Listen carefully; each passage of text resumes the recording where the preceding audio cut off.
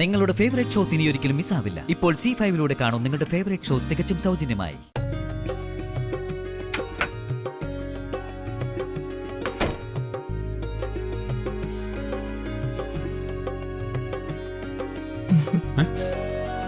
താൻ ഇതുവരെ റെഡിയായില്ലേ?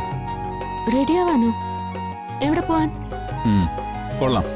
ഇന്നലെ രാത്രി ഞാൻ പറഞ്ഞിരുന്നല്ലേ ഇന്ന് രാവിലെ നമുക്ക് അമ്പലത്തിൽ പോണോന്ന്. അയ്യോ, ഞാനതങ്ങ് മറന്നുപോയി സച്ചേട്ടാ. ആ, അത് സാരമില്ല. താൻ വേഗം റെഡിയാവും, നമുക്ക് പോവാം. സച്ചേട്ടാ, ഞാനിന്നേ സന്ധ്യ ഡോക്ടറെ കാണാൻ ചെല്ലാന്ന് പറഞ്ഞിട്ടുണ്ടായിരുന്നു. അത് ഓർക്കാതെയാ ഞാൻ അമ്പലത്തിൽ വരാന്ന് പറഞ്ഞത്. നമുക്ക് മറ്റൊരു ദിവസം പോയാ പോരെ? അയ്യോ, പെണങ്ങല്ല സച്ചേട്ടാ. നമുക്ക് നാളെയോ മറ്റൊരു ദിവസം ഉറപ്പായിട്ടും പോവാം. പ്ലീസ് സച്ചേട്ടാ, എന്റെ സച്ചേട്ടനല്ലേ, പെണങ്ങല്ലേ? അമ്പലത്തിൽ ഉറപ്പായിട്ട് നമുക്ക് പോവാം. ആ, അതിന് താൻ അമ്പലത്തിൽ വരാത്തോണ്ടാ ഞാൻ പിണങ്ങിയെന്ന് തന്നോട് ആര് പറഞ്ഞു? പിന്നെ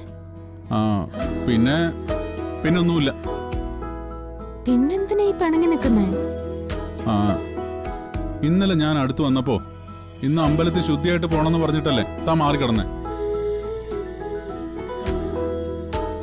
ആ, അതോർത്താ ഞാൻ പിണങ്ങി നിൽക്കുന്നേ. അത്രേ ഉള്ളോ കാര്യം? അത് ഞാനിന്ന് സന്ധ്യ ഡോക്ടറെ കാണാൻ പോണെന്ന് പറഞ്ഞത് മറന്നുപോയതുകൊണ്ടല്ലേ? ഇതിപ്പോ അമ്പലത്തിൽ പോവാനും പറ്റിയില്ല, മാറിക്കിടക്കേണ്ടിയും വന്നു. ആ, ഇങ്ങനാണെങ്കിൽ കുഞ്ഞൊന്നും സ്വപ്നം മറക്കേണ്ടി വരും. അയ്യോ, അങ്ങനെ പറയല്ലേ. എല്ലാം നമുക്ക് ശരിയാക്കാം. ഞാൻ സച്ചേനോട് വേറൊരു കാര്യം ചോദിക്കാനിരിക്കായിരുന്നു. എന്തേ? ഒരു തവണ ചോദിച്ചത് തന്നെയാ. കൂടുതലായി അറിയാനൊരാഗ്രഹം. ചോദിക്കേ. നന്ദേട്ടൻ അവന്തിയെടുത്ത് കൊണ്ടുവരുന്നതിന് മുമ്പേ ഏതൊരു അമ്മാവന്റെ കൂടെ ആയിരുന്നു എന്ന് പറഞ്ഞില്ലേ? ആ അമ്മാവന്റെ പേരറിയോ സച്ചേട്ടന്? അദ്ദേഹത്തിന്റെ പേര് അന്ന് എന്തോ പറഞ്ഞിരുന്നു. എന്തായിരുന്നു അത്? ഹരിഹരൻ എന്നായിരുന്നോ? ആ, അതെ, ഹരിഹരൻ. അത് തന്നെയായിരുന്നു. അല്ല, തനിക്ക് എവിടെ നിന്ന് കിട്ടിയ പേര്? ഞാൻ അന്വേഷിച്ച് കണ്ടുപിടിച്ചതാ. താൻ കുറച്ചു ദിവസമായല്ലോ ഏട്ടത്തിയുടെ ജീവചരിത്രവും തിരക്കി നടക്കുന്നു. എന്താ കാര്യം? ഒന്നുമില്ല, ഞാൻ അന്ന് പറഞ്ഞില്ലേ, ചുമ്മാ ഒരു കൗതുകം. പല കാര്യങ്ങളിലും ഏട്ടത്തെ എന്നെ ഞെട്ടിച്ചോണ്ടിരിക്കുക.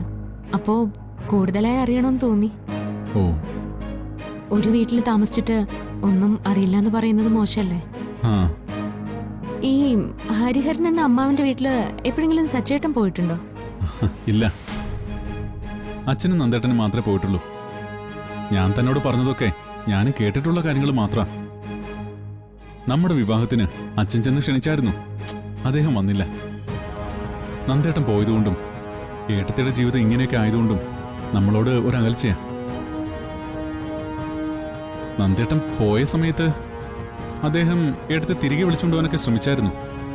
ഏട്ടത്തി പോകുന്നതിനോട് അച്ഛന് താല്പര്യമില്ലായിരുന്നു. അത് മനസ്സിലാക്കി ഏട്ടത്തി ഇവിടെ തന്നെ നിന്നു. പിന്നീട് അദ്ദേഹത്തിന്റെ വിവരങ്ങളൊന്നുമില്ല. ഏട്ടത്തിക്ക് ചിലപ്പോൾ കോണ്ടാക്ട് ഉണ്ടാവും. അദ്ദേഹത്തിന്റെ വീടിരിക്കുന്ന കറക്റ്റ് സ്ഥലമോ കോണ്ടാക്ട് ചെയ്യാനുള്ള എന്തെങ്കിലും ഒന്ന് സംഘടിപ്പിച്ച് തരുമോ സച്ചേട്ടൻ? അല്ല, മറ്റൊന്നിനും അല്ല, അദ്ദേഹത്തിനെ നമുക്ക് ഇവിടേക്ക് കൊണ്ടുവരാം. അവന്റെ അടുത്തേക്ക് ആകെയുള്ളൊരു അമ്മാവനല്ലേ.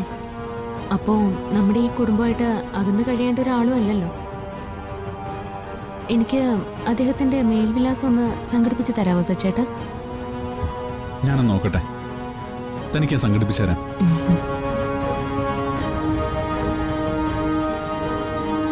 നീ മുറ്റമടിക്കുന്ന കണ്ടു. ഈ സമയത്ത് ഇങ്ങനെയുള്ള ജോലികളൊന്നും ചെയ്യരുതെന്ന് ഡോക്ടർ പറഞ്ഞല്ലേ? മോളോട് ആരെങ്കിലും പറഞ്ഞോ ഇവിടെ? അയ്യോ ഇല്ല, ഞാനായിട്ട് തന്നെയാ.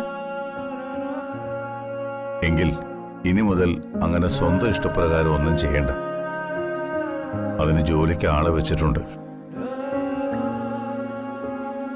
അതിൽ കൂടുതൽ ജോലി ഇവിടെ ഉണ്ടെങ്കിൽ 1-2 പേരെ കൂടി ജോലിക്ക് വെക്കാം.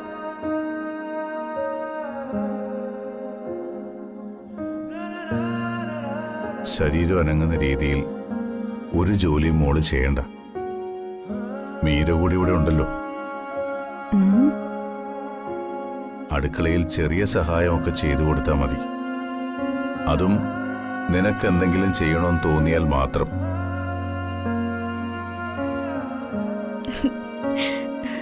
ആഹാ, കണ്ണിന് നല്ല കുളിർമയുള്ള കാഴ്ചയാണല്ലോ. പുതിയ മരുമോൾ ഉപദേശിച്ചൊരു വഴിക്കാക്കുവോ? ഇവിടെ ഉപദേശിക്കേണ്ട കാര്യമൊന്നുമില്ല. എന്റെ മോളേക്കാൾ അച്ചടക്കവും അനുസരണയും ഇവൾക്കുണ്ട്. ഓ, നമുക്കിട്ട് താങ്ങുവാണല്ലോ. നീ ഇപ്പോഴല്ലേ ഉറക്കം എഴുന്നേറ്റ് വരുന്നത്? ദാ ആതിരെ കണ്ടോ, രാവിലെ ഉറക്കം എണീറ്റ് മുറ്റം മുഴുവൻ അടിച്ചു വാരിയിട്ട് നിൽക്കുക അവിടെ. ഇനി ഇതുപോലുള്ള ജോലി ഒന്നും ചെയ്യണ്ടെന്ന് പറയുമായിരുന്നു ഞാൻ. ആതിരെ, അച്ഛൻ പറയുന്നത് അതുപോലെ അനുസരിച്ചോ കേട്ടോ. നീ എന്താ വിളിച്ചത്? ആതിരയെന്നോ? ചേട്ടന്റെ ഭാര്യയെ പേരാണോടി വിളിക്കുന്നത്? ഏട്ടത്തിന്ന് വിളിക്കണം. ആതിരാന്ന് വിളിച്ച് ശീലിച്ചു പോയ അച്ഛാ. ക്രമേണ ഞാൻ മാറ്റിയെടുത്തോളാം. കേട്ടോ ഏട്ടത്തി? എടി, നീ കളിയാക്കി സംസാരിക്കണ്ട. അപ്പൊ മോളെ, ഞാൻ പറഞ്ഞു വന്ന എന്താണെന്ന് വെച്ചാ, നീ രാവിലെയും വൈകിട്ടും ഒന്ന് നടക്കാൻ പോ. കൂട്ടിന് ദേ ഇവിളെയും വിളിച്ചോ. എന്റെ മോന്റെ കുഞ്ഞിനെ പ്രസവിക്കാനുള്ളവളാ നീ. അതെന്നെ സംബന്ധിച്ച് ചെറിയൊരു കാര്യമല്ല. പുറത്തുനിന്ന് കാണുന്നവർക്ക് നീ സന്ദീപിന്റെ ഗർഭിണിയായ ഭാര്യ മാത്രം. എനിക്കങ്ങനെയല്ല. എന്റെ ചെറുമകനും അതിലുപരി നെല്ലിശ്ശേരിയുടെ അനന്തരാവകാശിയുമാണ് മോളുടെ വയറ്റിലുള്ളത്.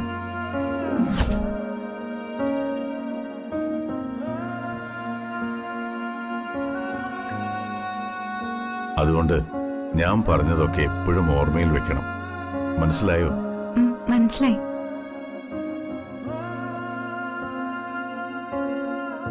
മോളെ, ഇപ്പൊ നിനക്ക് സമാധാനായോ? അച്ഛൻ പിണങ്ങിയിരിക്കുന്നു എന്ന് പറഞ്ഞ് വലിയ വിഷമായിരുന്നല്ലോ നിനക്ക്.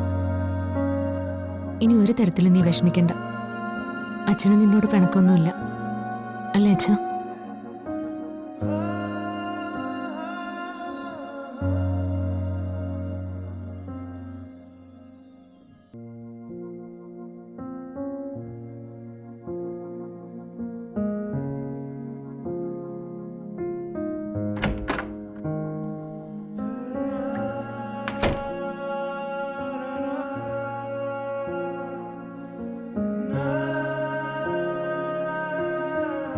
എന്നോട് അച്ഛന് പിണക്കമൊക്കെ മാറിയെങ്കിലും ചേച്ചിയോടുള്ള ദേഷ്യം മാറിയിട്ടില്ലെന്ന് തോന്നുന്നു. ഏയ്, അതൊന്നും സാരമില്ല മോളെ. ഇതെല്ലാം ഞാൻ കൂടി കാരണമല്ലേ ചേച്ചി? പിന്നെ എങ്ങനെയാ എനിക്ക് സമാധാനമായിട്ട് ഇരിക്കാൻ പറ്റുക?